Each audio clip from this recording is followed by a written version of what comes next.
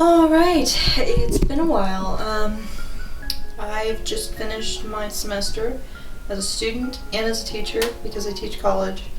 I did all my assignments, I finished grading my students, I submitted grades, I finished my training and everything like that I had to do, so I am finally off for Christmas break now. Yay!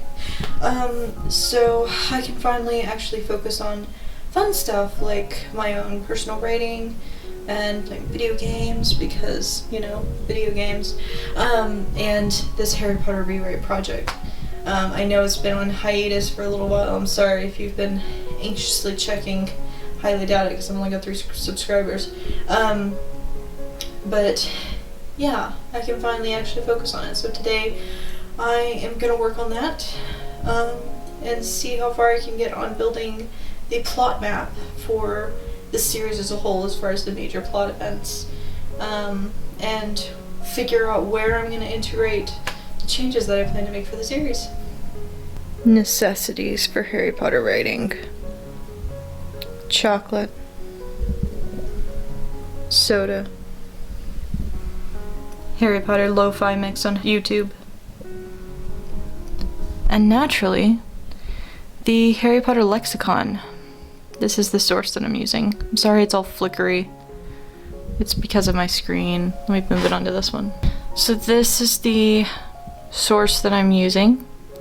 This is Harry Potter lexicon. It's a great thing if you don't know about this website. It's really great for like basic information about each of the books, like timelines, calendars, maps, that kind of stuff. I use this a lot when I write fanfiction, and this right here, these are all timelines of the series. Everything from 1881, The Rise of Grindelwald, all the way through the post-war periods of 2017. So you get all of that stuff, and it's in this very friendly format that I'm going to be cannibalizing all of these different timelines in order to come up with a master timeline that I can then use to make changes on and figure everything out with.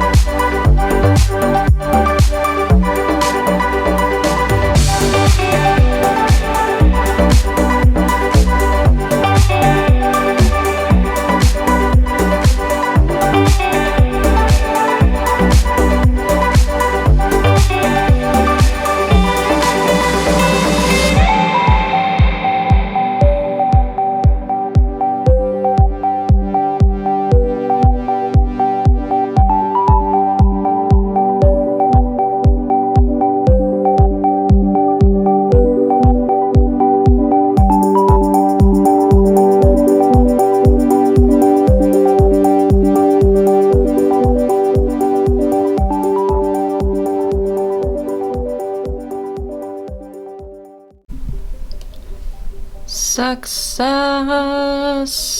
I now have myself a handy dandy timeline of the Harry Potter canon. Now this is the canonical timeline, as inferred by fans. However, because it's the canonical timeline and it's not my fanfiction timeline, the next step is to go through and basically decide if it makes sense, this timeline. There are a few things that kind of bug me about it.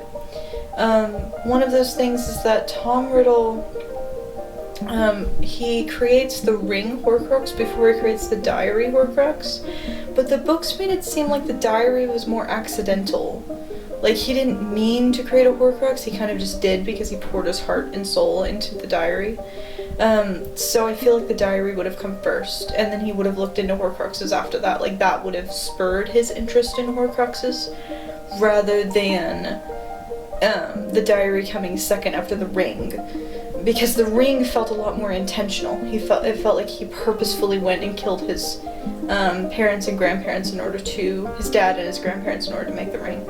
So I'm not really happy with things like that in the timeline. I am going to make some changes and shifts. I'm writing an alternate history book. Personally, I'm writing a book that deals with an alternate history timeline, and the way that I've been dealing with that is by using Excel. And I've got one column of the canon, one column of, like, these are the real things that really happened. You can look it up on Wikipedia, you can look it up on Google, kind of thing. And then I've got one column of the things that I changed. So I think that's what I'm going to do with this one too. I'm going to go in and make a second column of everything that I'm going to change in the timeline. But in order to do that, I have to make some decisions, including things like whether or not I'm going to do it in this century or if I'm going to set it in the 19th century. I still haven't decided. I am very much leaning towards it being in the 19th century.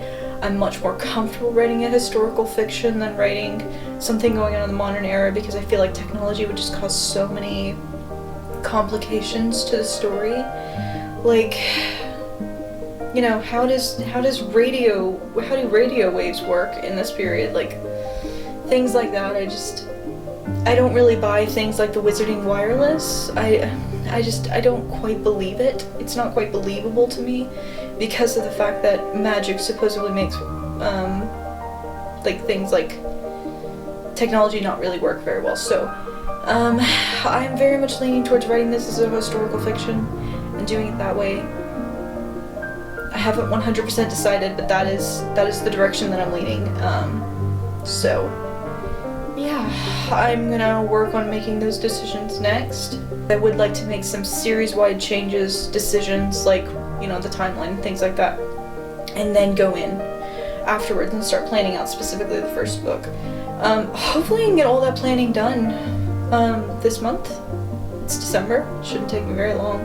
I mean, this isn't my first rodeo, I've done rewrites like this before, so this will be the first time that I'm doing... Well, actually, I've done a historical fiction version of Harry Potter before, but this will be the first time taking a really serious hack at it. So I've got some of that research done, I've got a lot of stuff ready to go. Like, I've already figured out the Hogwarts curriculum and things like that, so I'm gonna start working on that stuff, and hopefully have another video out next week.